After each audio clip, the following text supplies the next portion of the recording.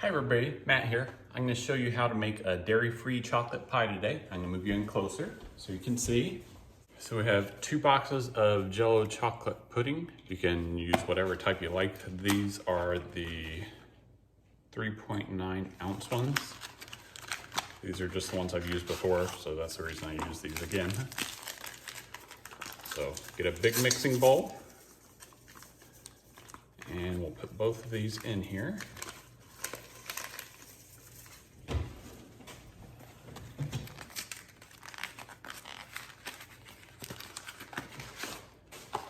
This is an easy and quick dessert. Both me and my wife like it. We've tried it a couple different ways before. We put chocolate chips in it sometimes, things like that. But it's an essentially dairy-free dessert.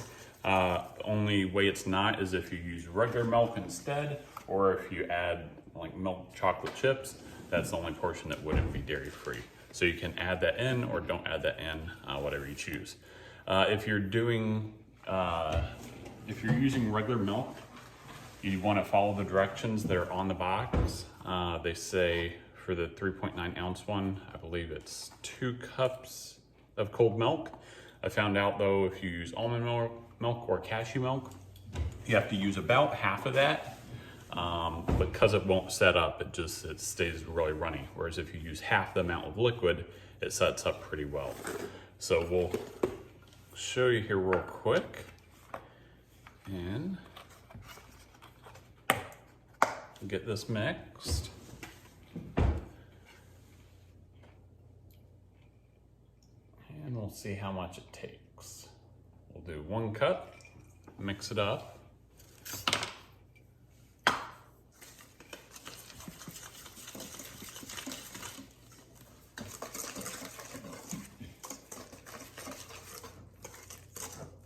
And you can tell it's super dry, like cake. So we'll add the other cup, which is half of what you would add if you're using real milk. All right, add that in, put the lid on, get that out of the way. And we'll finish mixing this up. Whoops, we're spilling it all over the counter, either one.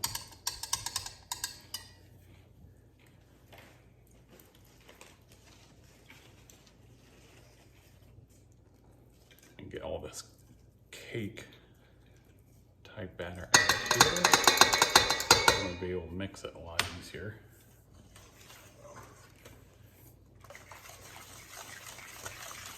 There we go. I'll show you here in just a minute after I get it whisked up decently.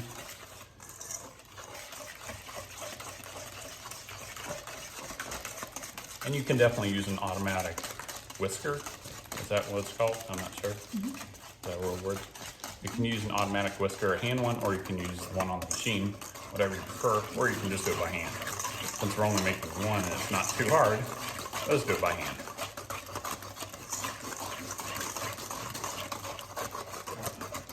All right, so I'll show you here. You can see it's kind of like cake consistency. And we'll open up our graham cracker crust.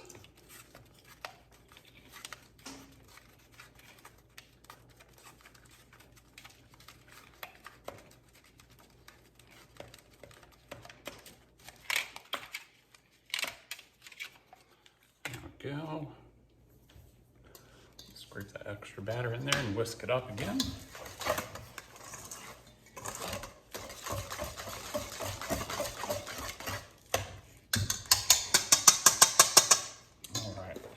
So then next, you can do Cool Whip. You can do the generic brand of it. It's totally fine. It's all the same stuff essentially. And last time I used about half a tub of this, if I remember right. So we'll see how much we use this time. I think that's about how much we used. We'll give it a whisk and see.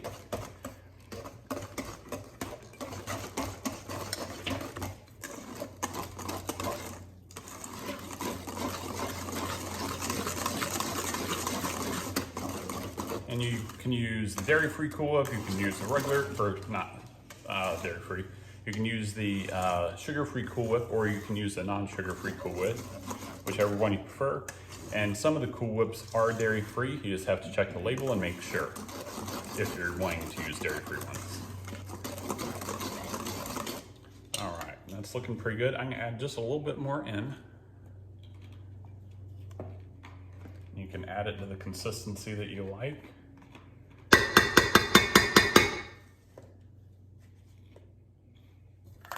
Give it one more stir.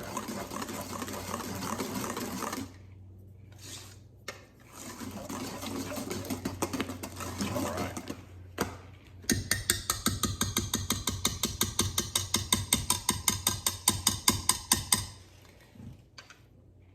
Set that there.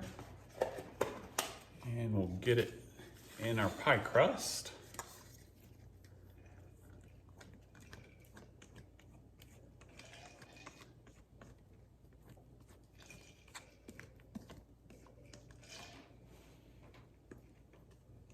And just use a spatula to get it in there. It'll kind of settle. You want to even it out a little bit though if you can.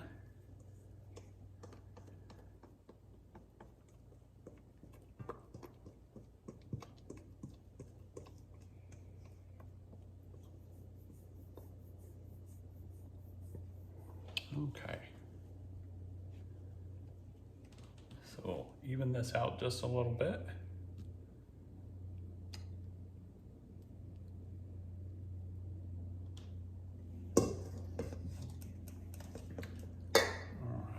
We're going to add just a few chocolate chips on top of this one. Like I said, if you want to keep it completely dairy free, you don't have to do this.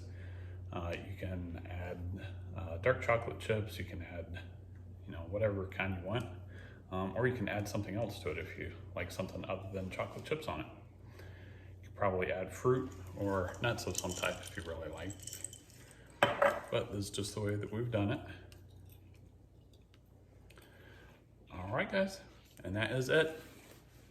Bring you up in here for a close-up.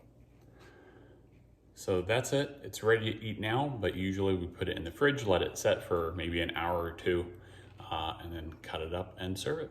All right, guys. As always, if you would, please like, share, and subscribe. Thank you.